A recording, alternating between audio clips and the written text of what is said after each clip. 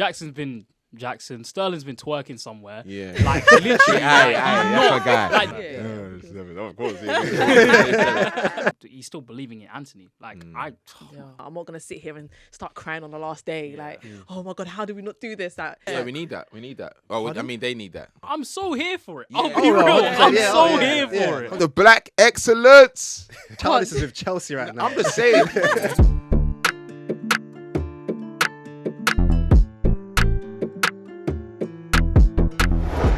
Yo, what's good, everyone? Welcome back to another episode of Keep It 90, brought to you by the House of NNESAGA, supported by our family, Spotify.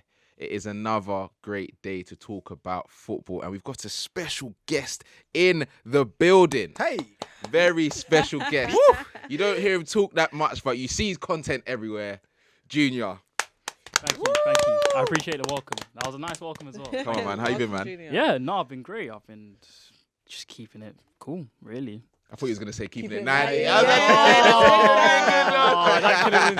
could have been smooth. But how's content creation been and everything like that? It's been great, honestly. Numbers are still numbering, you know. So almost at 1 million subscribers on YouTube, which is pretty nice. Yeah, getting there. So more charity matches coming soon. Even came from a charity match yesterday, actually. Did you score? Scored 4. You scored 4? Yeah, scored 4. It was against a few like ex-pros as well. Like I think Mavi Rapper, who was a ex-what player.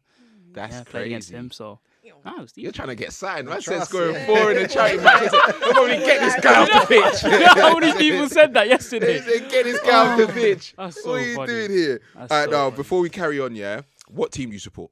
Arsenal, of course. How do you feel about? Wait, how we're we not surrounded? clapping that. What's going on? Oh yeah, There we go. Sam.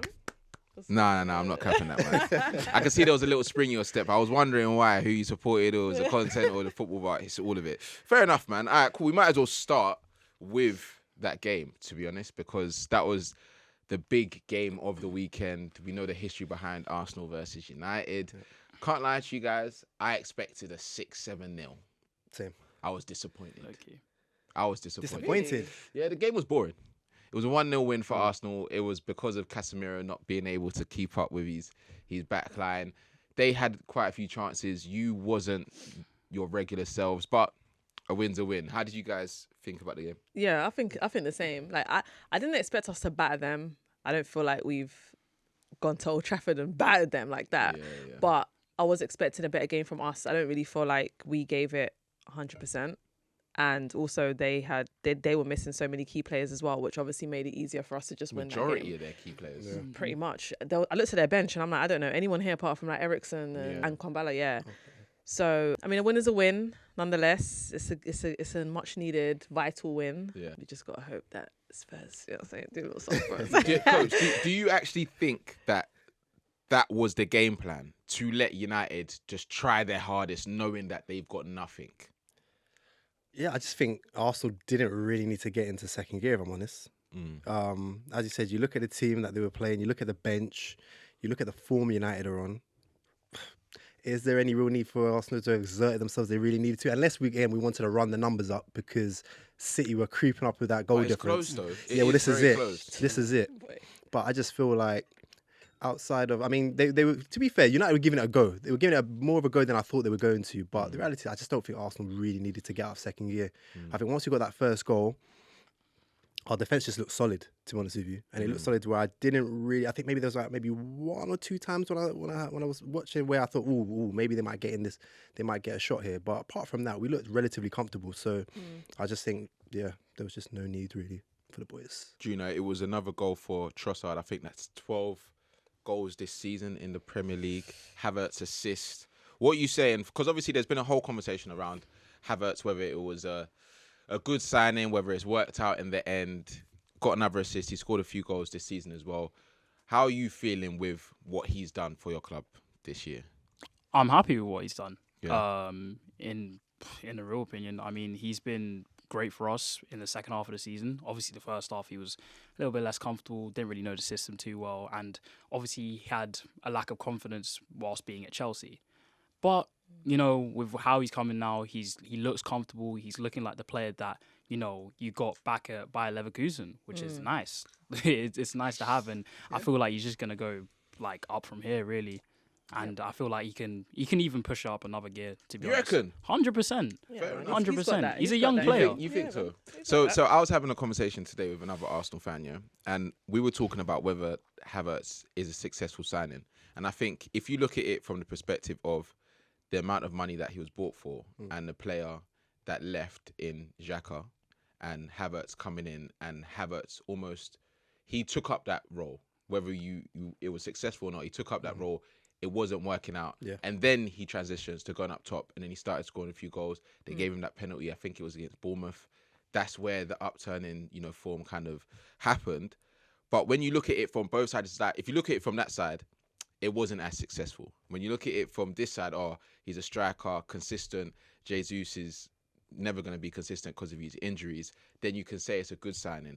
But what I was saying is that because Arsenal potentially and should be on the market for a striker, can you really say that it was a good signing? It's a good point. It's a very, very good point. But I still feel like there's time as well, considering Really? it's his first year. He's still done well considering his first year, even though he didn't have the greatest of starts. I still you still got to give it time. Young player, and she's got to give it time, man. I don't know. I think it's a good signing personally. Like if you're seeing the output, then that's one thing we wanted to make sure that we're fixing. And it's like, Xhaka's gone, but I feel like our midfield is still solid. But with the numbers that Havertz is putting up right now, I think it's a good signing. But you know what's so interesting? The reason why I don't really know how to look at it, and that's mainly because of Martinelli was such a key player for Arsenal last year, and he hasn't been key this year. Trossard stepped up where he's needed to. Havertz obviously got the goals, but I feel like the way Arsenal play their football, you are going to constantly create chances regardless. So I don't know whether it's another stopgap in looking for your main striker, or you're saying, okay, cool, Kai Havertz is the striker that we need going forward. If you're saying that, then fair enough, and you lot can, if that's how you're feeling. but the reality is, when I speak to a lot of Arsenal fans, they're saying, we need Isak. We need to be on the market for that Victor. I can't remember how to say his surname, but he's at Sporting. Kyrgios, something like that. But he's got a whole celebration. I'm sure you've done that one. Yeah, of course. But obviously you're going to be on the market for these type of strikers. So if he's another stopgap, is that a successful signing? Is it successful though if, say you get a Victor Gyökeres, I think that's his name, and you have Havertz in and around the team? Because look, at the end of the day, if you look at a City, even a Chelsea traditionally, it's all about the depth in your squad. So Havertz has filled that gap, in particularly where Jesus, as you mentioned Martinelli, Jesus, all these guys, they've not really been on form this season. So he's sort of stepped into that position and done what's been needed to keep us fighting for the title. So even if you bring in a certified bagsman who will finish all those chances, but you still have Havertz in a team where he'll come in, rotate between the strike. Yeah, exactly. Yeah. I think that means it's a success. I hear what you're saying, but do you not think that that's like a backwards way of thinking of it? Like, and this is, I'm genuinely just asking because I had that conversation with someone, an Arsenal fan, and he was adamant that Havertz has been a good signing, but there was another Arsenal fan that was saying like, nah, if you're really trying to build a squad, you sign those star men first. Like, it's like saying Declan Rice, what he done this season, we know he's been incredible, and then you go into the market for another DM. Like, wouldn't that mean that he hasn't been as successful? Do you get what I'm saying? Yeah, it's just, I suppose the thing is with Havertz, and even when we bought him, the big question that we all had was, where is he going to play? Just because of how everywhere he was, even at Chelsea. I mean, obviously he ended up finding, I think it was like false nine and then sometimes out on the wing. But the reality is we didn't really know where he was even going to end up, by the end of it when we bought him. So again, I'm not mad at the idea of, okay, he's not our main guy. We're going to bring in a main guy. And then we've got this guy who can be efficient up front. He can be all right in the midfield. He can sort of float where we need him to float. Yeah. I don't think there's any problem with that. I mean, if you look at, it's not the same, but if you look at Foden for years, everyone's been like, where does he play?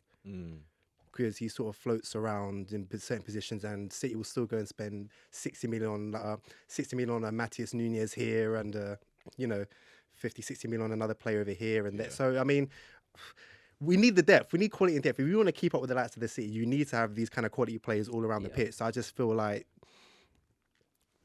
and also when you think relative in the market these days as well, especially when you're fighting for the top, 60 million isn't that much. It's not that much. Well, no, I mean, it's 60 million, but when you think, when you look at Chelsea, City, United, and how much you guys generally spend, that is about how much you lot are spending per player. So in the grand scheme of, if you're looking in that sort of top 4 or 5, it's in and around that. I'm with you. It's a lot of money, even for Arsenal, it's a lot of money. But the reality is, if you want to start competing with the likes of City, that's the kind of deals you have to do. Yeah, that's the deals you've got to do. Even for those players that you don't think is going to be like your super in the starting 11 week in, week out players. Like, that's just the reality of the market as well.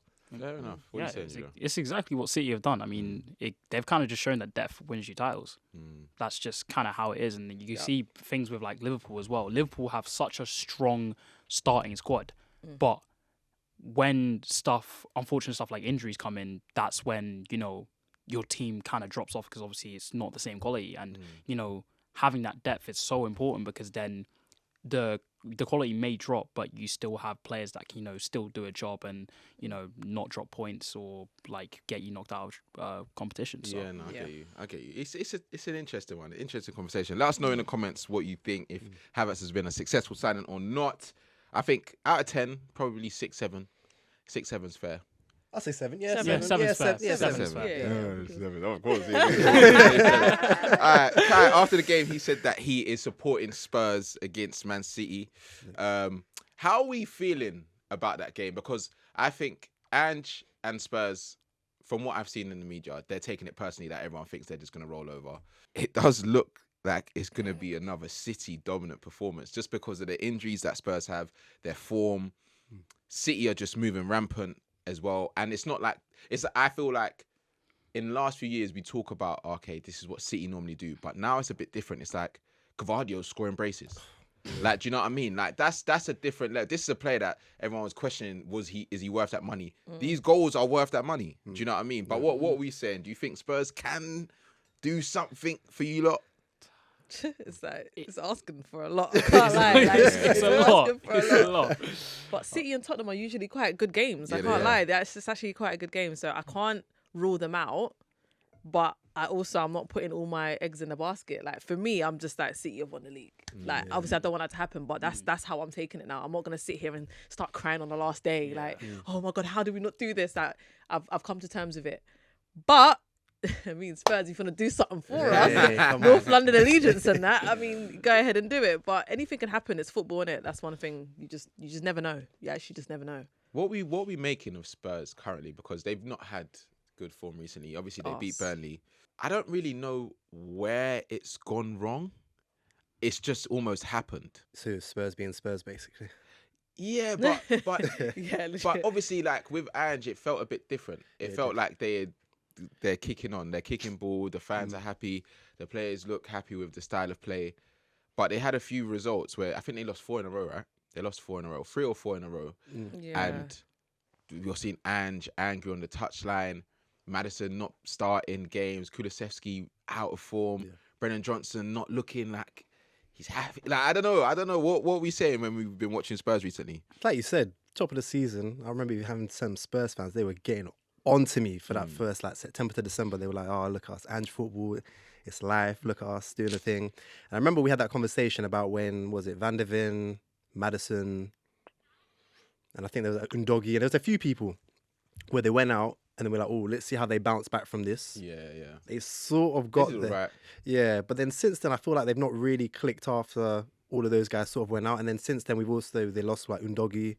He's been out. As you said, Maddison, I don't know what's happened to him. Shell of himself. I remember at the beginning of the season, I was thinking, 40 million sign of the season. For 40 million. Palmer took that off him. You know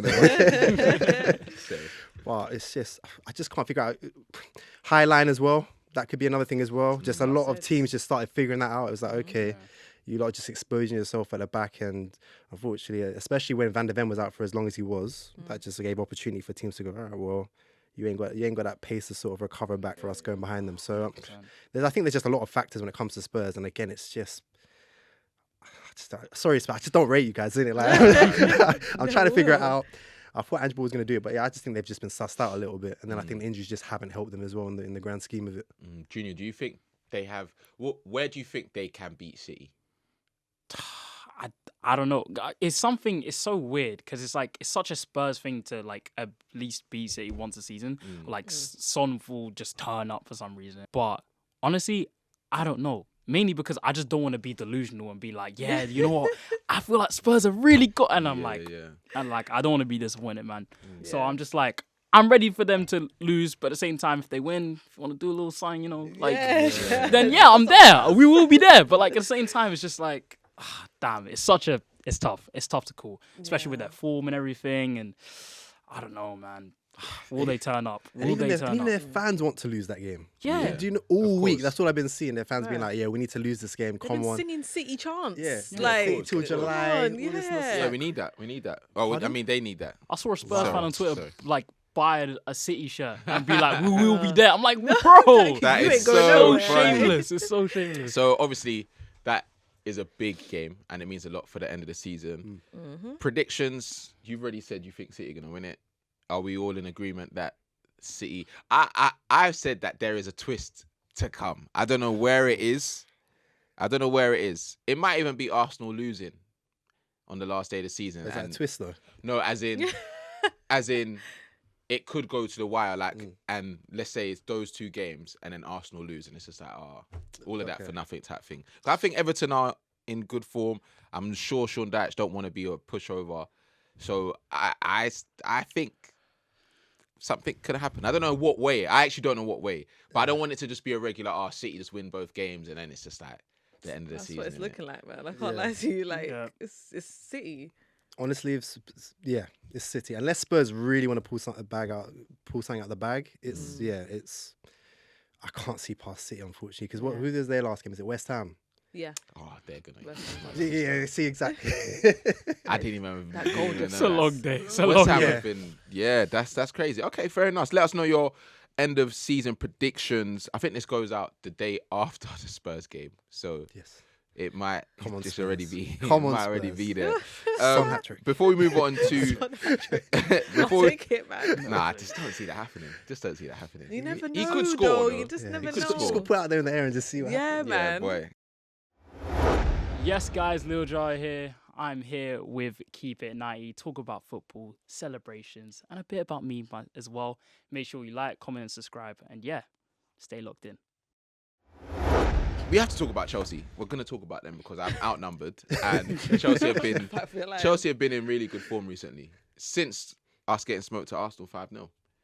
It's actually been interesting. You're welcome, Sam. You're welcome. Nah, I wouldn't go that far. You're welcome. We did that for you. But it's been interesting to see the dialogue around Chelsea and the future now after the results that we've got. Obviously, drew to Villa 2-2 and then beat West Ham, Nottingham Forest.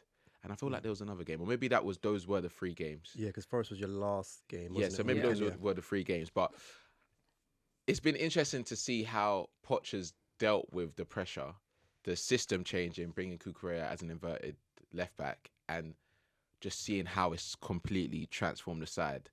Now, from a Chelsea perspective, I'm thinking, why didn't he do it sooner? But I want to hear a different perspective because maybe I'm just a Chelsea fan. Do you feel like he only felt like now was the right time to do that, or like someone give me something because I'm actually wondering why he didn't do this sooner. What, in terms of the lineup? In terms of Cucurella inverting, because that's changed how many goals we score, how many numbers we've got in midfield, how we just look. Like even going down against Nottingham Forest, we look like we could still score goals. Like what has changed? What's happened? Desperation, maybe. I mean, I don't. It's a tough question because I mean, obviously, I didn't know Cucurella could do that role, and maybe Poch for most of the season didn't believe in it. Probably just didn't believe in it. Particularly where I guess you lot are losing here, there, everywhere, mid-table. The pressure's on him. I think he just maybe thinks I just need to stick with traditionally how everyone plays, and I don't want to take maybe a gamble. Whereas I guess, as you said, after the Arsenal game, we've got a handful of games left. Nothing to lose. Nothing to lose. Exactly, nothing to lose. Let's just see what we can we can figure out. And I mean, this is probably going to get you a Europa spot now. Boy. It's looking like so. You're further than United, boy. But so there's a few questions I've got from the Nottingham Forest game in particular. So Hudson-Odoi scores a goal against his former club. Celebrates. Well, initially started to not celebrate, and I feel like Gibbs White gave him a little hey, we practiced that, and then he did the celebration. Now there's obviously going to be uproar because he came through the Chelsea ranks. We hoped he'd become like one of our best players. Injuries shagged it. He moved to Nottingham Forest. Do you feel like it is poor for an ex-player to celebrate against their former club a season after leaving? This is a perfect question for you, Junior. It really depends on the situation. I'm not gonna lie, because I felt like obviously Kai Havertz obviously celebrated against you lot. I mean, he didn't for the second goal. Maybe that's just because it was 4-0. But like, I felt like that was justified personally. Low key. I felt like that was justified just because. I'm not sure about that, but I'm curious why you think that. I low-key just felt like it was justified just because the way like you man just didn't believe in him. I mean, he didn't perform the best for you lot, but at the same time, I felt like you treated him bad. No, you somewhat treated him bad. Oh come on. There was no. There was a bad. mix. I'm There not was a sure mix about though. this, There was a mix though. The season ended badly for everyone. Yeah. But It wasn't he was him. getting a lot of stick. He was like scapegoated a lot. Havertz was loved, like I never saw that. 100% loved. I saw a mix. Yeah, but it happens with I most think players. I'm with you on that one. Actually, I'm not too sure. He had his own chant. Every time Havertz was talked about, they were saying, that's the thing. It's so interesting because Arsenal fans are doing what Chelsea fans used to do for Havertz, crediting all the attributes that we see off the ball, winning headers and stuff like that. He knew he was loved. He said it as well, even in the letter that he wrote at the end of his time at Chelsea. So I'm not hearing that. I don't know, but I feel like everything he's doing right now is showing that he almost was saved from you lot.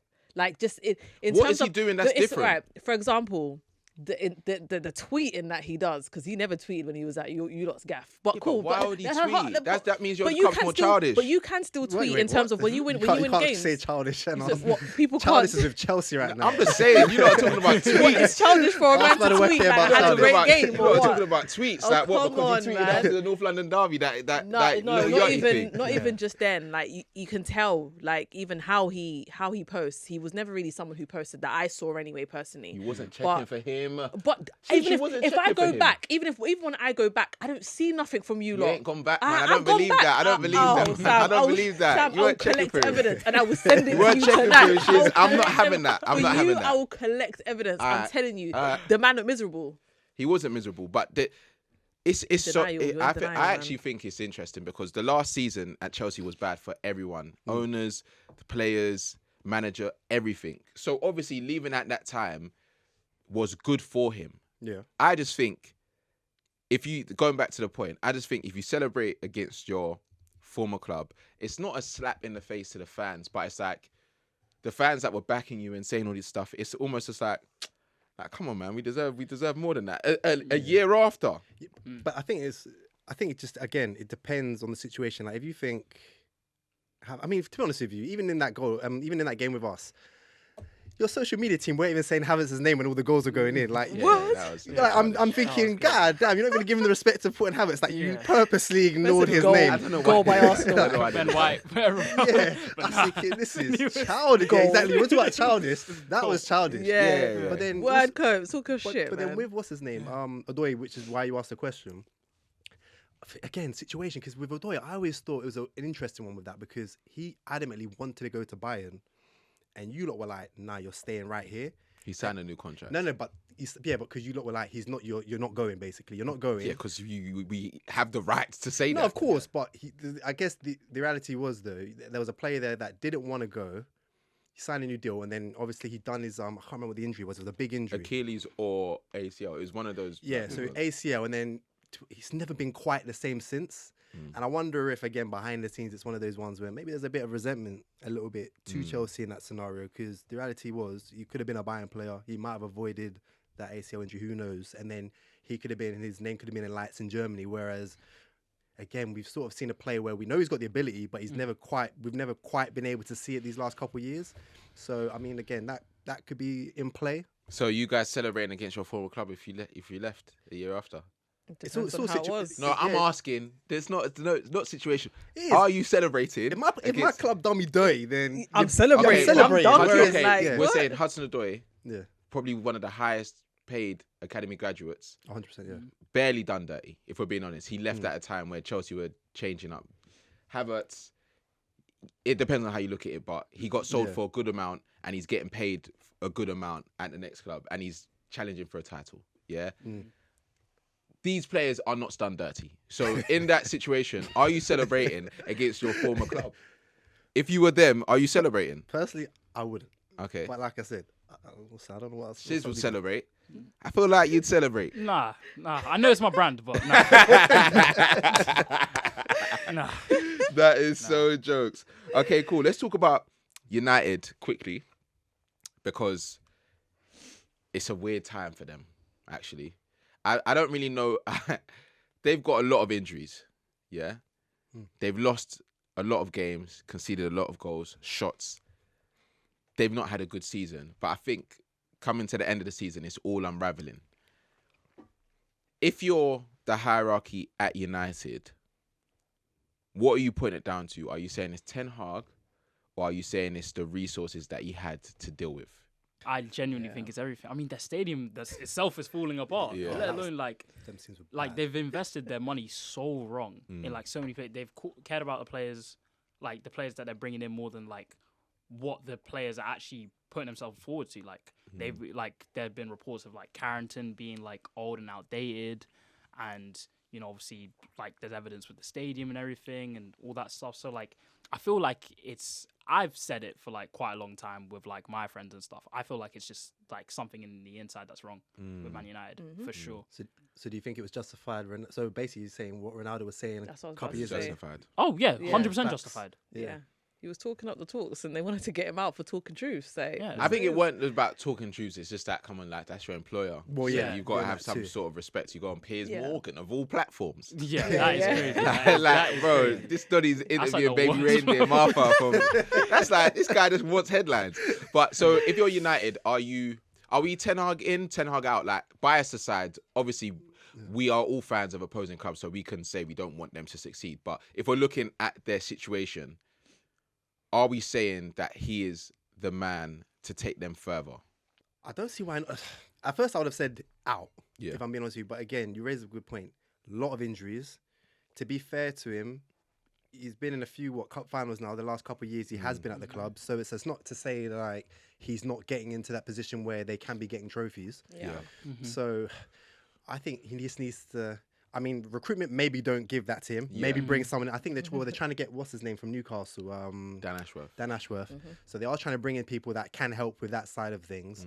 But I don't see why not. I mean, once he's got a healthy squad, that team could actually look like I'm not going to say a Man United of old, but they could be in the step in the right direction with a healthy squad. I mean, look, they've got Casemiro at the back, for goodness sake. So it's one of those things where, yeah, time. So Jim Radcliffe's there now as well. So he's looking into things as well behind the scenes, which I think we discussed before on the show. So I think it's just, yeah, I would say in and see what happens in the next year or so. Shiz, do you think he's helped himself, though?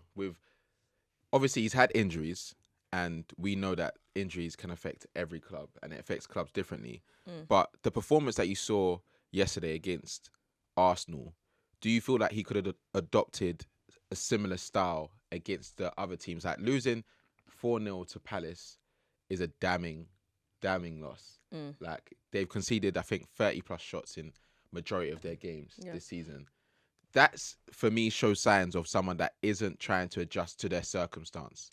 Do you feel like that's a reason for them to think of, let's say, going with a Tuchel who is at the top of their favourites to take over his role? 100%. And it's something that I feel like I've said it in the previous episodes. Like, I don't feel like he's all that adaptable. I feel like he has a way in how he wants everyone to play ball. Whether that means like this person isn't in your squad, so you can't actually play like that. He will still force it and be like, I still want to play like this.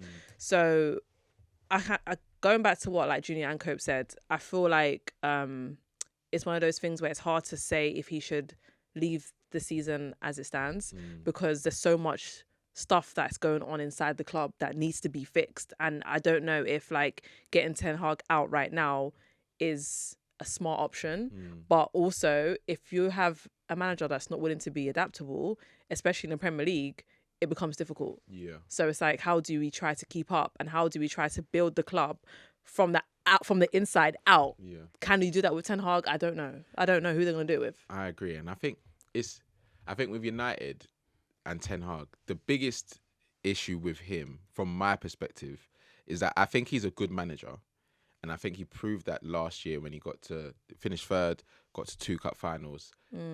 That was him having majority of his squad available. This season it's been terrible. Yeah.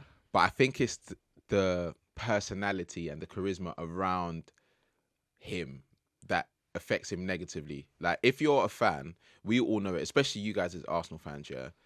When Arteta first came in, it might not have all been rosy and you knew he didn't like certain players and things like that, but it was what he was saying in the press conferences about where he wants Arsenal to be, what he was saying after losses about if it was tight, he would say, this is why it was tight, this is what we need to do to improve. With Ten Hag, there's a bit of like, delusion's the wrong word, but it's like ego. Ego. I think, Yeah. that Ego. was the point I was literally about to make, because I feel like he's got a massive ego, and it's like, it's just something he cannot drop. Like, he just, sticks to this. He's like, I'm not the problem. It's just you guys that need to fix up. Even though, like, he needs to figure out that some players that are in the squad, like, are just not doing their job. So he either needs to replace that or adapt to them. And like, Ten Hag's just not doing that. He's still believing in Anthony. Like, days. It was so funny seeing him. When he came on, he did that stare. Yeah. Like, he was standing with business. I've seen that picture everywhere. Why did he do that? Trying to get himself, and I think that signing there is like a real sore point for his time at United, because he fought hard for that signing, and Anthony was in the same squad as Kudus, and yes, Anthony played a lot more minutes, but your player ID, man. You can't tell me you've seen both of them play and you think Anthony's better than Kudus. You can't tell me that. And the fact that they signed him for that much, and then now Garnacho and even Ahmad was playing ahead of him, like, it's damning, man. It's damning. I think if United don't finish the season well, it looks like they're not going to finish this season well, because I'm not sure how they get a result against Newcastle. Brighton away, last game of the season. Okay. It's a tough game for anyone. So I'd say if he potentially can do something miraculous in the FA Cup, they might keep him. But with Tuchel leaving his job, with a few managers available and looking for that step up, I think it's going to be hard to see him stick it out. 100%. But That's right. it's a tough one, man. It's a tough one. If you're a United fan, let us know your thoughts, man, because it's just sad. It's sad for you guys right now. Let's move on to Europe, because there's a lot going on. Champions League, the Europa League, the Europa Conference League finals are all set in stone. We have to start with Leverkusen, because they're still unbeaten. I don't know what's going on, to be honest, because I've actually had like 10 games this season where I've checked the Sky Sports app and it's been 2-1 or 1-0 to the opposition. And I'm like, okay, the streak's going to end. I'll go on just to double check, it's just instinct. And it's ended 2-2, 1-1, or they've ended up winning. Yeah.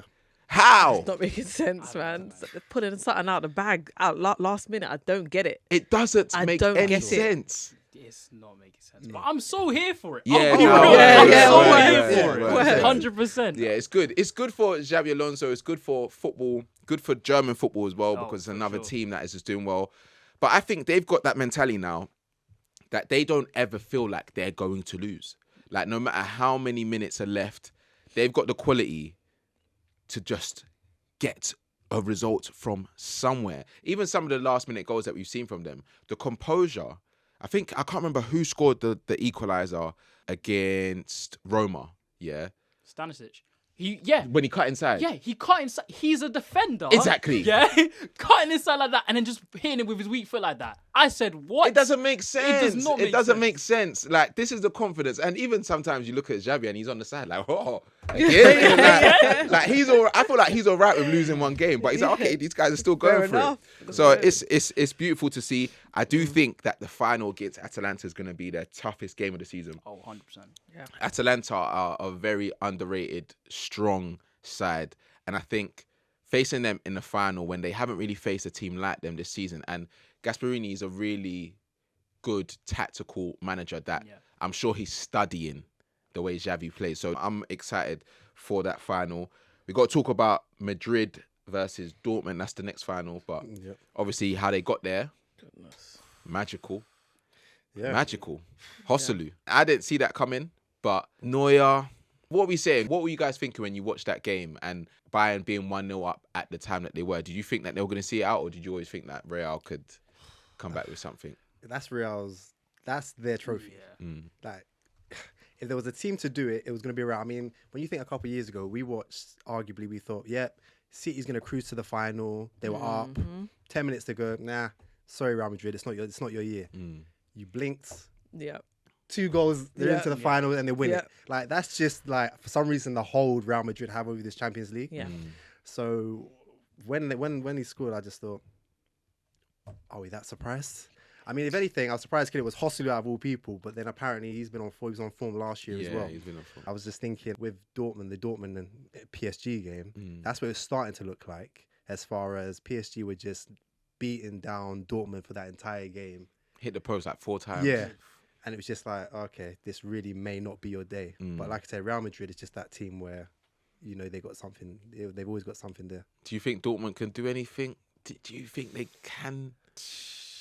See, I mean, the thing is, I feel like they maybe could. Maybe because obviously they're super motivated. Obviously, it's been the first time since obviously the Clasica final, which they unfortunately lost. But then, like, at the same, and it's also for like the Marco Reus script as well, ending with a Champions League. You know, that's pretty much what they wanted the entire time, and like, but the Jude Bellingham script is just as good, man. I can't lie, it's just as good. The script is crazy. Script is crazy. Like, honestly, obviously having a key player in his like home like country as well in the final, Wembley. Like we've seen the script so many times. Ronaldo in Lisbon, Bale in Wales, Benzema in Paris. Like, it's so scripted for Real Madrid to win, but like, I wouldn't mind Dortmund winning either. Yeah, I wouldn't mind Dortmund. I would love Dortmund to win. Yeah, I think Dortmund winning would be good for football. 100%. It would be good for football. But if Madrid do win, who are we saying is favourite to get the Ballon d'Or? Are we saying Jude Bellingham is in the conversation? Are we saying Vinny? I think Vinny was incredible against Bayern. I don't think I've seen a winger have such a. I think Sancho against PSG first leg was a strong performance, But if we're talking about electric, as in give me the ball every time, I want the ball taken throws quick so he can get the ball back. Vinny was moving crazy. Yeah. That was a top performance. I think he's favourite for the Ballon d'Or currently. The Madrid fans, they've already sort of chosen their man, haven't they? Like they had the celebrations, I think it was yesterday or the day before, but they were already doing the chants of Vinny for Ballon d'Or. So sorry, Bellingham, even the fans have sort of spoken on that one. Yeah, maybe next year. But to be fair, Bellingham's put up a good year as well. To be fair to him, but yeah, I think Vinny might have this. And then I suppose what might make it interesting is Copa America this year as well. I think so. Yeah. Copa America so to be fair, Bellingham and Vinny again, they both got their respective continental tournaments to try and help their profile. But no, Vinny's been electric. So it's looking like Vinny, I think. What are we saying for Jude's PR? Because a lot of people have been getting onto the fact that the last few games in the Champions League, he hasn't really had great games, but I feel like he's been consistent on one side, and going forward, he hasn't been that great. Do you think that the British media are overdoing it with how they're hyping Jude in this period, or do you think it's warranted?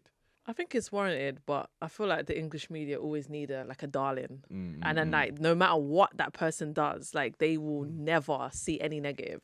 So I feel like that's just something that we just going to just expect now at this point. So it's like even if he has bad games, it's like, oh, but it's still Jude. Like, you know. So yeah, I still think it's warranted though. I can't lie to you, man. He's had an amazing season. Like, and yeah, maybe some games like you might not get that same quality that you'd expect or that you would want, but bro, everyone's human. Like, you can't put up an amazing game every single time. So it's like I still feel like it's warranted. I think Jude's been amazing. And I think sometimes the conversations when it's like, because he's been overhyped, I've got to make sure that every game I've got to be onto all this. It's like, bro, he wasn't that great going forward, but defensively, I'm sure I can recollect like 3 or 4 times where he was running back and doing the slide tackles and then amping up the fans. Those moments are as big as flipping a through ball or an XG. Like, do you know what I mean?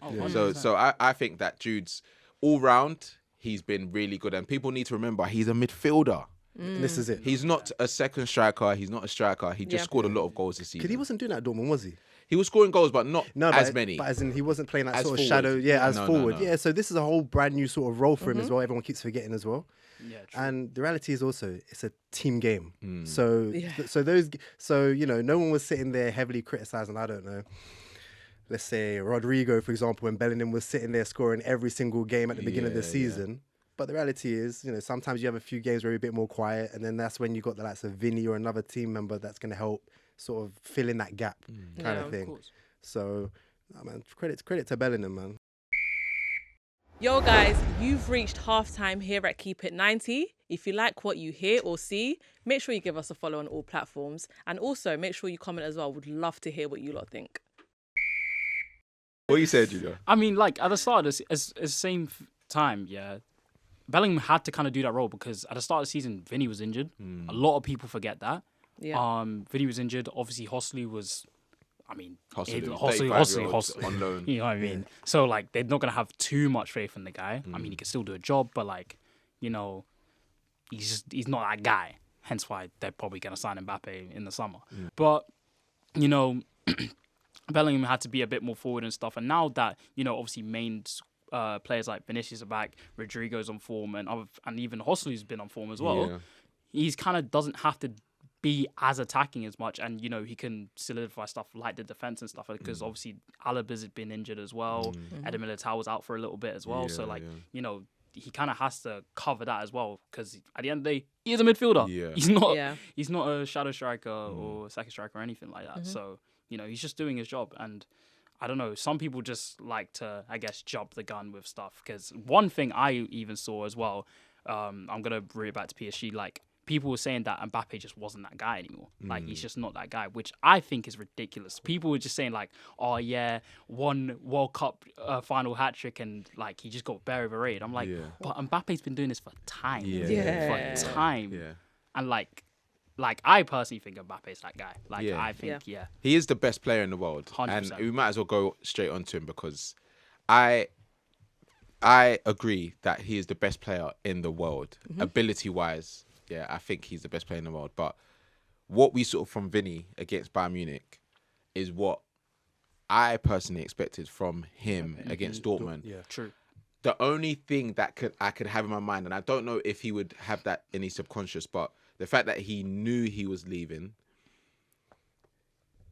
that type of game, you can get injured. And I'm just thinking of those type of excuses because, you know, in the NBA, for example, if they know that their trade is coming soon, they're not going to play to their full ability because they know if they get injured, this could ruin everything. Yeah. So I don't know if that was in his subconscious, but I expected a lot more from him in that game. And I can't lie to you, his numbers, goals-wise and assist-wise in the Champions League are great. But in the moments where PSG have really needed him, he's not turned up in those games. Oh, yeah, 100%. He hasn't. When they got to the final against Bayern Munich again, it was Neymar that was really pushing the boat and Mbappe wasn't really as present. Like, do you know what I mean? So I think he's obviously realised now that he needs to make the move, hence why he announced that he's leaving PSG. I think everyone saw it coming. Yeah. But I think now it feels more than ever that he needs Real Madrid more than they need him. I think that's what I've taken. Yeah, from that's that probably in a sense. that's probably why he's going. He's obviously taking a heavy pay cut to go there as well. So yeah, I think now it's a case of I now need that Champions League. I do need a few more trophies that hold a bit more weight to the eyes of the world, I guess. Yeah. Because again, for years everyone's been saying, all right, you need to make the jump up to a, not to say a more respectable league, but a league where it's a bit more. There's a bit more to it. Yeah. And you know, Spanish league again 1 and 2 over the years, over the last couple of decades. So it's one of those things where you go into a top league now. So it's okay. Now let's see how you perform. Where it's just not PSG and co. It's actually like, it's Real Madrid, it's Galacticos. Barca, it's Atletico, it's Sevilla, it's all these teams now where, okay, let's see what you can now do in a league where it's not just you guys and, well, whoever you're facing next week, you're going to bat a 5-0 kind of thing. So, yeah, we'll see. What are you saying for that movie? Are you excited for it, or do you feel like it's come so late that it's just like, just go already? I still think it's endgame, personally. I think it's like proper end game for football. I feel like Real Madrid could really dominate football for like the next 4 or 5 years. It's a serious move. I feel like it's the last piece to the puzzle for them. I feel like they could just sweep the whole competition, personally. I mean, maybe obviously City's still there and, you know, other clubs like that, but yeah, it's a long day. It's a long day for football, I'll be honest. Because their team is set up to just dominate. The only thing is, though, I think it is more dependent on if Ancelotti stays. Because what Ancelotti does for Real Madrid is so important to how well they are like drilled and how well they set up, because he allows their best players to thrive. He doesn't ask too much of them tactically, but he does enough for them to understand, okay, we're coming up against a City that does this, does that, does that. Make sure you defend as a unit, but when you get the chance, do well in transition. Like, and even the 4-4-2 that he's playing with the midfield being a diamond, you don't really see that. You don't really see that in modern football anymore. It's more times 4-2-3-1 or 4-3-3, and it's just working. He's won the league again. He can win the Champions League. I think this will be, will it be his 6th Champions League final? I think this will be his 6th Champions League final. If he wins this Champions League, where do we rank Ancelotti in the best of all time managers? It's so tough. Yeah, I mean, he's got to be up there. But where I need statements. He's got to be top 3. Oh, 100%. Yeah, top 3. So who's above him? Who's above him? I guess Sir Alex and Pep. Yeah, I was thinking, those are probably the 2. Pep, those 2. But certified top 3. But then again, it's 6 champs. It's 6 champs. 6 champs finals. Finals. Yeah. I think he won at AC and he's won 2 at Real. So I think he's got 3. I think he won 2 at AC, no? 1. I believe it was 1. I think he got to the other final and obviously lost to Liverpool. Liverpool. I'd say maybe, number 3 then. Yeah.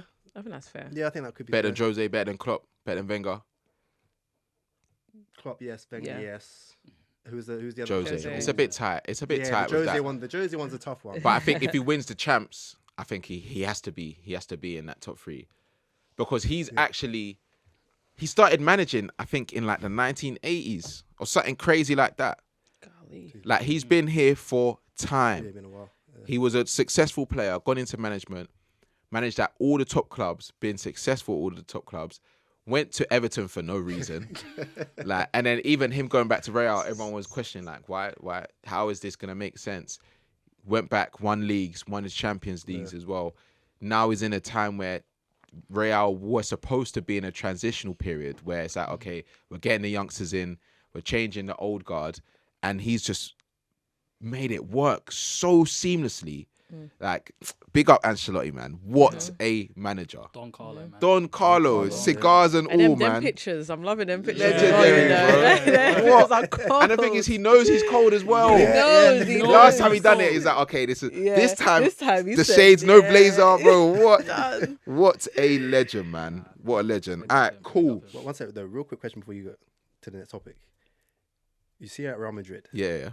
As a Chelsea fan, are you a little bit envious as far as their young project versus, I guess, what you guys have been trying to do the last year and a half? 18 months. Yeah. You know what it is? I think they just done it so much better. They had a team of OGs, let's say, and they did not get rid of them until the next person in line was at the club, and they saw that they would be able to do what the old person, the other person's job was. Yeah. So, prime example, Casemiro. Yeah. They didn't want to sell him, but it was just perfect timing and United being desperate. But I do believe if they didn't think Tchouaméni was ready, they wouldn't have sold him. They're not that type of club. They would have given him another year contract or whatever it was, but they knew he was ready to to move him on, and they knew Tchouaméni was ready. Same with Camavinga. Same with Vinny. Vinny wasn't. Remember when Vinny started, bro? Yeah. They did not rate him. Benzema was not there. at all. They Benzema was did. talking about, on my mother's life. On my mother's life. Do you know how that's so crazy? That is Mother's crazy. life. It's mad, it's mad. Oh my god. And the fact that it's actually facts. It's not that he said it. He genuinely said He it. said it. And then now he's become one of their best players, if not their best player. Yeah. Like, do you know what I mean? They've done it so well. Like, and obviously Real Madrid is different. I would love to say, Chelsea, one of the biggest clubs in the UK and like one of the best clubs in London, but come on, Real Madrid. Yeah. These man were saying it's Real or nothing. Like, we were in for Tchouaméni. They shouted him, gone. Camavinga. All these players playing the same position. I will go there and fight. Yeah. They don't mind because they know they'll get the opportunity. The badge is heavy, and they're always going to compete for the Champions League and for the league. What else do you want as a young player coming up? And one thing I love about this new guard and that's why it's interesting, because Chelsea have done something similar in a sense. I don't know if it was on purpose, but the black excellence at Real Madrid is just incredible. It's beautiful. I can't lie. It is beautiful to see, bro. Yeah. So beautiful to see. All of the players, and it's like they're just thriving so much now. You're seeing players like Rodrigo, Vinny, Bellingham, Camavinga, Tchouaméni, Alaba, Rudiger. Who else is there? Mendy, Militao. And it's like they've got that energy of, okay, we're a team that we know we need to be successful. They know that they need to compete against each other, but there's like that family vibe of it's just mad to see. Like, if you're a Real Madrid fan, I feel like they can't even complain. And then they got Mbappe joining, they got Endrick joining as well. Potentially Davies too. Do you know? Sorry, that left side is so scary because deep it right. As a right back, you have to deal with Davies overlapping because they love attacking left backs as well. Davies overlapping with Vinny's pace, and then you also got to maybe keep up with Mbappe too if he comes to that side. It doesn't make sense.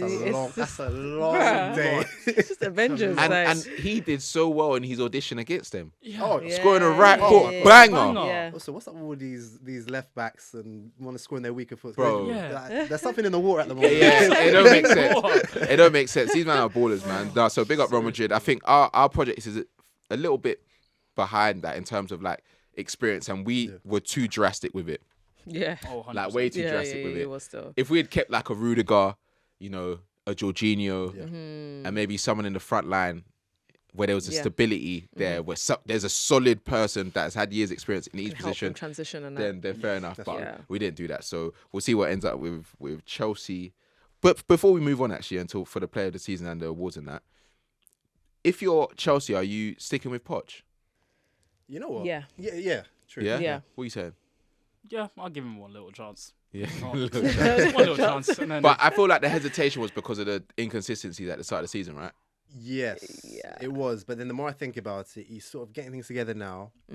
You guys highlighted it to me a few weeks ago, which I didn't really appreciate at the time. But you guys have been dealing with quite a lot of injuries as well. Yeah, the most in the league. Exactly. So to be fair to Poch, he's had to deal with that for the entire season as well, basically. Yeah. And I think, after these last couple of games, getting you lot to that European spot, why not? Is the European spots top 7 or top 6? It's top I thought it was top 6, but someone's the top 7 now. Isn't it top 7 because isn't 7th conference? I don't know. Because 5th is Europa. Yeah. Yeah. But So is 6th Europa as well? Wait, how many? Isn't it 5th and 6th is Europa? That's what I thought. don't I thought it know. had changed. Double check, but- double check. Yeah, I please, think 'cause- because Conference League was 7th. that's it. Yeah, because there's two teams that go to the Europa. But is that not if one of the teams win a European trophy? Oh, I didn't think Because about that. City won the you're Champions right, League. You're right. Yeah. You're right. That's true. So that might have made one trickle down. Yeah, that's true. Yeah. So maybe it is top. Maybe it is top 6 then. Because I don't know. Because if that was my biggest factor. If he gets us into a European spot, then he deserves another chance. Especially when you look at all the teams below 3rd and how inconsistent they've all been. Yeah. You should be in that conversation, and you should have been in that conversation a lot earlier. But can't lie, if he ends the season well, then he has every right to have another year. Oh, Yeah. 100%. I think so. It's 7 places depending on the United and City game. Got you. So if City win, then 7th is a European spot. Yep. So pretty much that's 7 spots there for Europe. Yeah. You never know. You never know. Okay. Alright, let's go into the awards for the season, because obviously the people that were nominated have come up, and there were a few like questionable Very questionable. misses in it, to be fair. And I'll be honest, I was quite shocked at not seeing an Arsenal centre back. That's just me being honest. But then I also understand, variety is needed. If we're being completely honest, you do need variety. I hear it, but when facts are facts. So okay. Okay. For themselves. So for the player of the season, it's Foden, Haaland, Isak, Odegaard, Palmer, Rice, Van Dijk, Watkins. Who are you taking out Van and who Dijk. are you putting in? Yeah, Van Dijk. And you're putting in Saliba. I'll put Saliba. I know he's in Young Player of the Year, but but I'd rather him be in this one. can you be in both? Or Yeah. Yeah, you I can be think. both. Yeah, in that Didn't case, Palmer if you win des- both? yeah, in that I'm case, if bugging. you deserve it, you deserve it. And also, there's a lot of attackers in this. Also, there's a bit of attacking bias. I get it because goals mean things, but Yeah. you need to balance things out when it comes to these awards. I feel like Yeah. everyone has become so goal heavy. Like they expect goals from DMs. Like there's just Yeah. I feel like that's just what it's become now. So I'm not even surprised. Now, to be fair, I think you're not really going to get like 3 or 4 of your own team in these type of awards, Yeah. especially when you're not actually like you're top of the league, but there's still other players in other teams that are doing bits. It's not just about like competing for the title type thing. Yeah, true. So if you're saying 2 or 3, I'd say if anything, a Saliba should be in front of Odegaard, in my opinion. I think Odegaard's been good this season, but I think Saliba's been outstanding. I get it. I I don't get know, it, but but I just can't see Van Dijk there. Like you know it's what it just is? pissing me off. No, but they were top for a long time. Van Dijk was ever present in a season where everyone's before the season they're saying, is he the same and all this stuff. He proved that he's still one of the best centre backs in the league. It's just my thing is Arsenal have got the best defensive record in the league, and to be honest with you, I think it must be somewhat of a fact at this point. Gabriel and Saliba have been the best centre back partnership for the entire season. I don't think there's been 100%. any other partnership that's been as good as them. Not at all. So the reality is, The ad libs.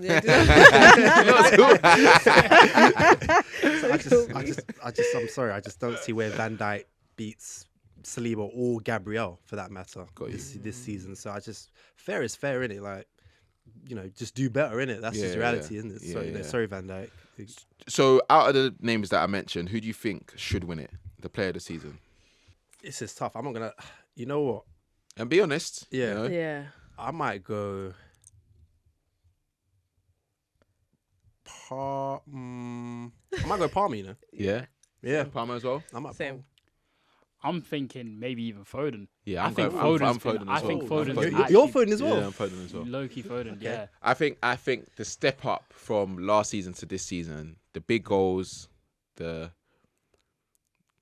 tactical versatility, like the aura that he's now building as well. Like I'd say him and Saka have been quite similar in a sense, but I think Foden just pips him in terms of like some of the big games that I've seen City play this season. Yeah, he has been the guy, and not just moments. Like he has taken the game by the scruff of the neck and saying like, we're winning this game. Like he scored a hat-trick against Villa, I believe it was.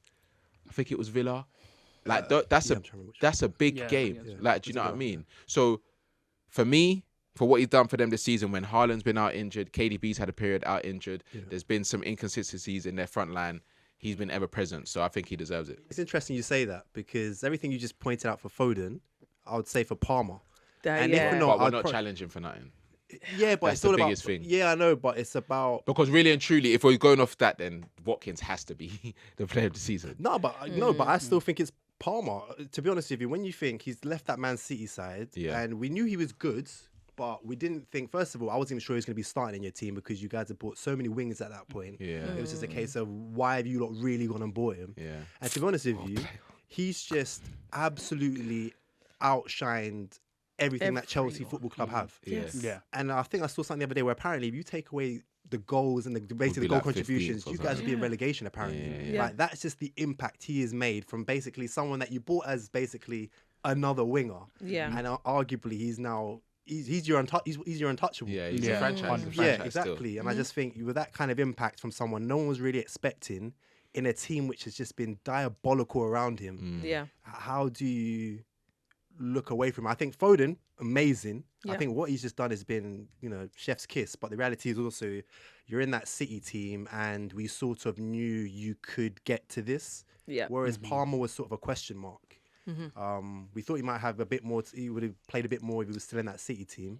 And this is his first season. Yeah. At Chelsea. Nah, he's done a madness. Yeah, I'm trying to stay calm, but I could could go on about that guy. I can't believe I guessed. I'm happy you up. I don't mind. I'm happy you up because I don't want to look Palmer all too the biased. way. But what a player, bro! He's a player. Like so. you know what I love about Palmer. Yeah, he's like, we don't see players like him anymore, man.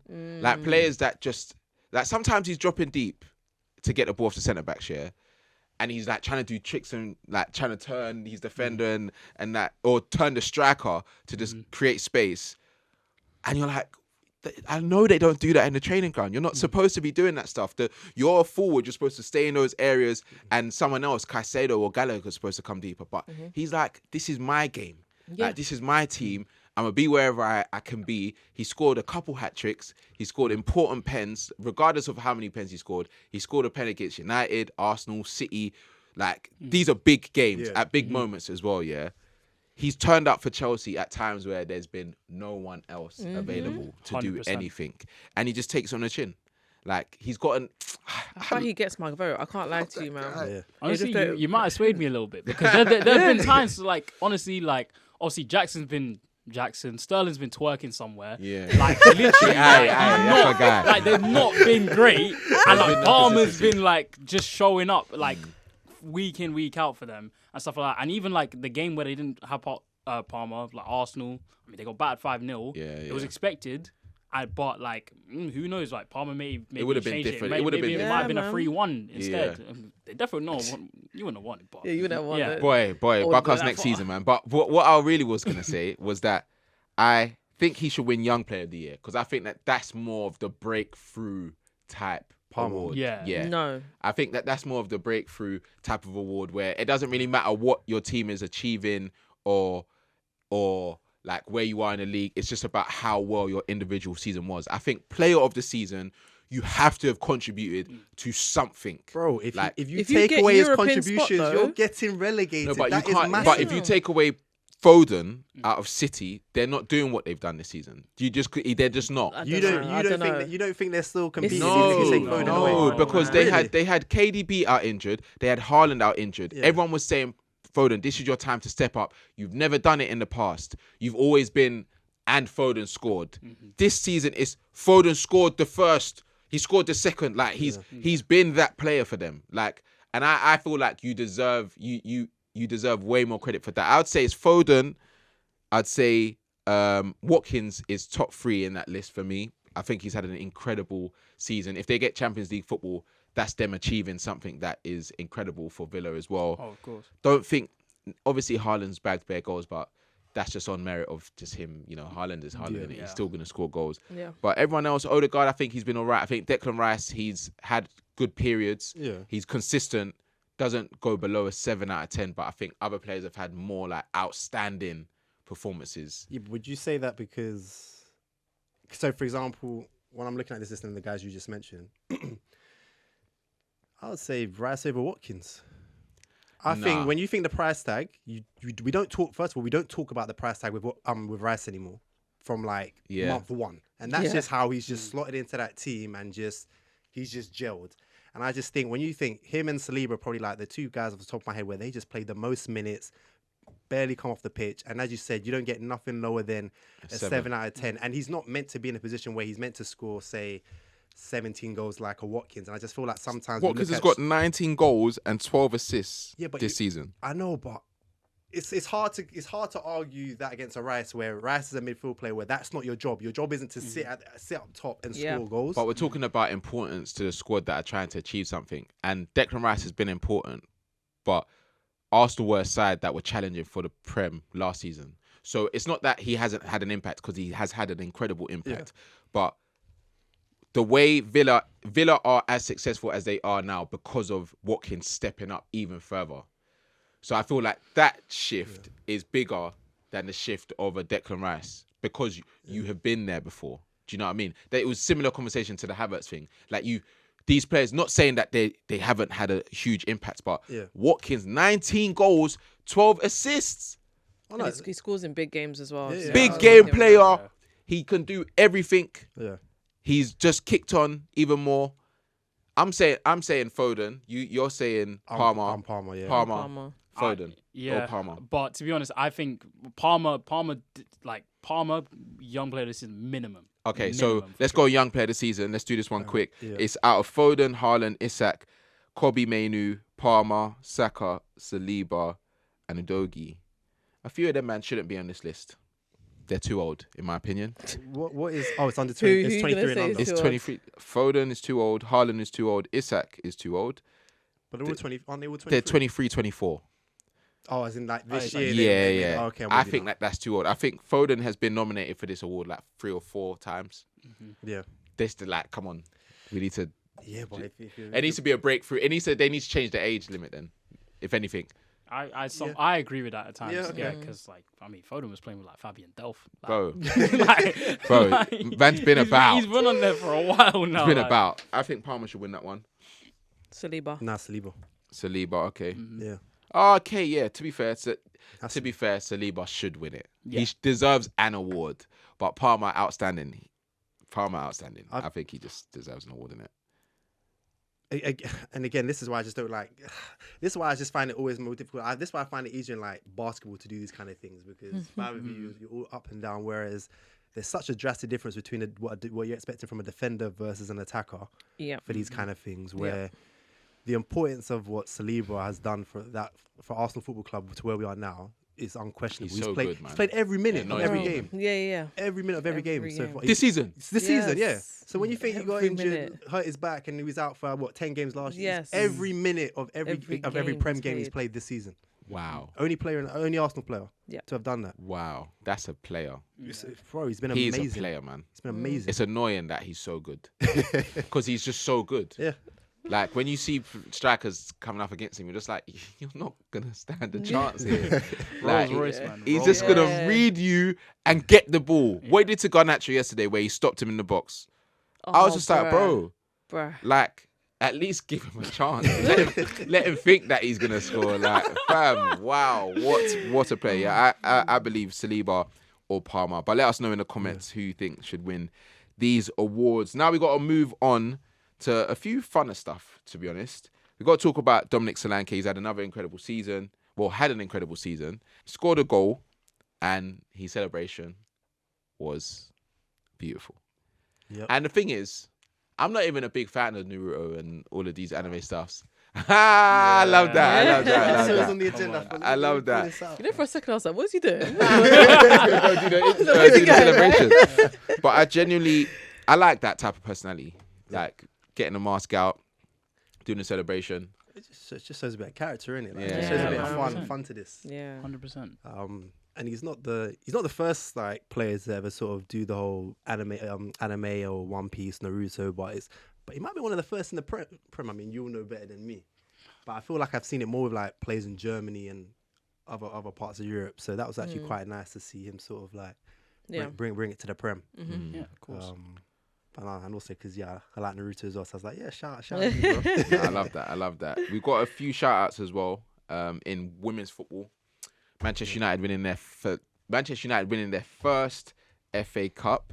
It's incredible. 4-0 beat Spurs. I feel bad for Spurs because they couldn't play Grace Clinton, who has been a big player for them this season. That was the loan. Yeah, that was the loanee that couldn't play, and she's an incredible player. And that was like the narrative around it. Obviously, everyone thought it was going to be tighter because they drew 2-2 in the WSL.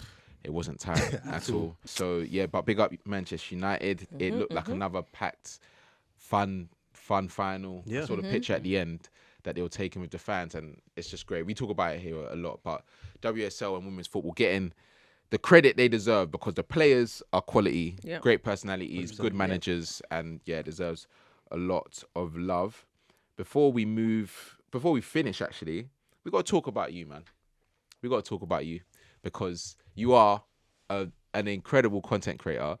And Thank you. I can't remember where I first came across you, but I just remember seeing a video that you done.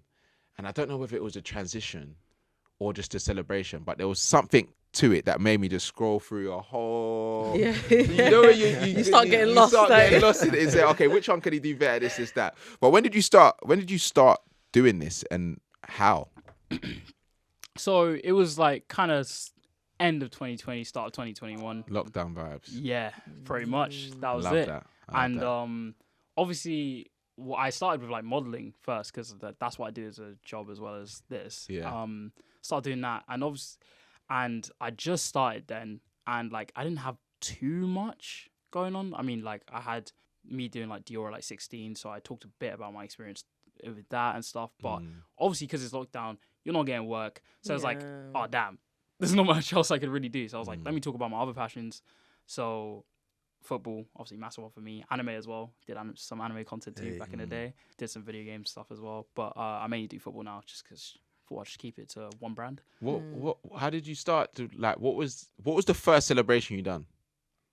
You know what it is? I just saw it like somewhat like trending. Like, obviously like there was like a run on the spot thing. Like I think Salt Pappy was the guy who did it first. The running on the spot thing, and I thought it was really cool. And I tried it. I was like, you know what? I'm not bad at this. I'm not bad at this. I was like, I have nothing else to really do content wise and stuff.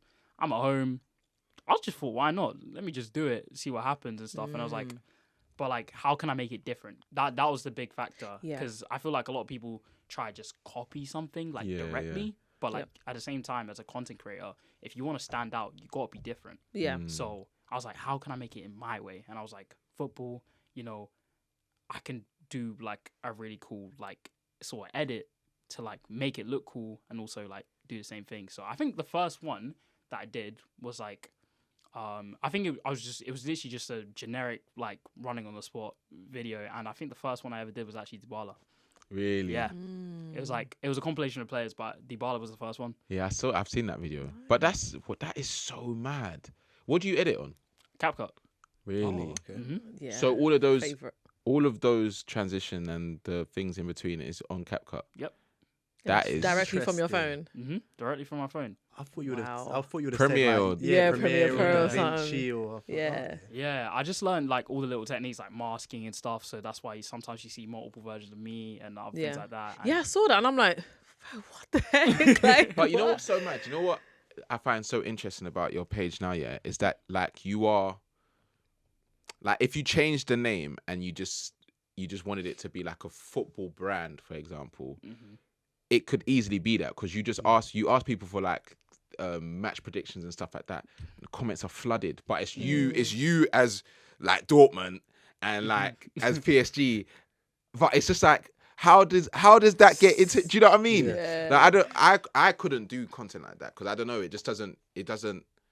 I don't know. Maybe I'm just not good at it. Like, but like the way you've made it so seamless and how people interact with you. Did you expect there to be that much love for that type of content? A little bit. Like, okay. I feel like I knew I could be successful the way that I was. But like with me, I feel like, especially with like the generation growing up, everyone used to pretend they were like Ronaldo or like they were like certain players that all their favorite players. And I felt like with me, like I feel like I want to, you know, implement how my childhood was, like pretending to be like those players, but like in my videos and stuff. So like, you know, pretending, you know, you're in a World Cup final or Champions League final, like just doing that kind of thing. I just loved doing that as a kid. So I just kind of implemented that same love that I had as a kid. Yeah. But in videos, how I edit it and other things like that. So, you know, just recreating all those moments and stuff is just something I've always loved. So like relatable content as well, isn't it? So everyone else can relate to it. It's also, oh, cool, it's a sick edit, but it's also somewhat relatable because it's like, yeah, you know. How do you think of like new ideas and stuff? Because there's so many, I feel like you're connected to a lot of content creators. And what I see now with like socials now is that you don't necessarily, like you can be different, but there's also a thing of people doing like the same things, but everyone doing well. Do you think that makes it easier for people to collaborate and like work together and like push each other as well. Yeah, for sure. There's obviously a lot of people that I talk to, like genuine friends that I've made through the content space, and it's been nice because we do talk about like content ideas at times and stuff like that. But sometimes for me personally, I just whatever's in my head, because I feel like how I edit it or how I, I guess showcase my idea in my head, it could just go viral for like whatever reason. So, I just come up with whatever. Like one time, I feel like one of my most recent like viral videos was like the ones where I did how people receive different crosses. Obviously like doing all the bicycle kicks and stuff. And a lot of people were confused about how I did that, to be honest, because it basically just through masking. I had a mattress, but I masked it out because I did a shot before where like the room was like basically completely empty. Yeah. So I was able to mask out the mattress, masking a ball that I threw across the screen whilst recording, and then obviously doing all the stunts on the mattress and stuff. And then through all that, it just looked like I was just like the ball was coming in and me just doing like a bicycle kick on tiles, and people were like, "Are you okay? Like, are you alive?" And I'm like, "I'm fine. It's all good." It's just that really is incredible. It's just cool editing. That is incredible. Now you're a genius still. What the heck? You must spend time on editing though. It must be fun to edit. It's fun to edit. I'm so used to it to the point where it doesn't take that long anymore. Yeah. But yeah, it's just something I've always wanted to do. Like I've been wanting to do content for so long. Really? Yeah. So like for me, this is just. Yeah, it's kind of just a dream come true, really. Like, I'm just super happy where I'm at and stuff. And, like, I'm willing to keep learning, put more time into stuff. And, yeah, like, I just love being creative. Are you still modelling? Yeah. Still modelling, still doing, like, all the other things. Like, I still love having different venues as well as content. So, yeah, no, it's super great to, have that.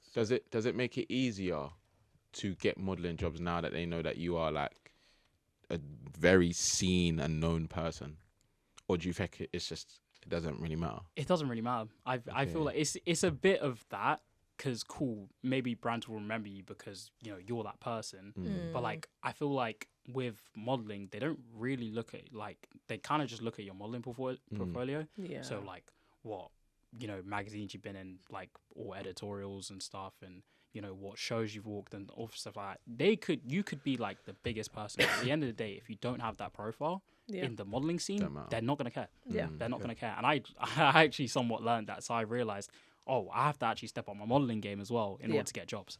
So it's an interesting thing, because you would think, they'd want maybe just a bigger person, but no, they do care about your modeling, like how you actually model as a person as well. So huge. Yeah, it's an interesting thing. Do you remember the first viral video that made you actually realize I can do the content creation, near enough full time now? That's a really tough question. I think there's so many viral videos. But there's going to be that one where it changed everything. Yeah. So there was a few videos that got like a couple million views, but like my most viral video was the video games one that happened in 2021. And that's still been my most viewed video, like 31 million views now, which is insane. Jeez. Yeah. So I got that, and like obviously I think I went up to like 100k to like 700k in like a week, which was just a crazy jump. Yeah. What? It was just a crazy jump, because other videos were still doing well, because I was still doing the same type of videos as well. It's not like it was just those one-off viral videos. It was a series. So like that series just popped off, and then after I kind of just realized, wow, like this is a serious like thing now. This is like, it just went up a completely new level. That's weird. Incredible. Might have to talk after. I need some followers on TikTok, on Insta. I need that. So we'll have a little conversation after. But bro, thank you for joining us. Your journey and your content is great. It's unfortunate you support Arsenal, but we'll let it slide. You know what I mean? Please. It's been really good having you. You're definitely welcome any time as well. Let the viewers know where they can find you on socials. You can find my at LilJr or LilJr_LTD. You'll be able to see me on YouTube, Twitch, Instagram, Twitter. Twitter is very underrated. That needs to show it's dark though, man. And yeah, obviously the main one, TikTok. So Yeah, you'll find them there. Just find them anywhere. You'll find them anywhere. You'll Trust find me. them. But yeah, thanks again for joining us. We'll be back, I believe, for the last week, potentially. I know. By the time we're back, it's season done. Season done, innit? Yeah. It'll be done, innit? Yeah. I don't know if we'll have another ep, but we will have a review of this season. Yeah. Remember, let us know what you think in the comments below about all the talking points, and we will see you next time. Peace. Peace.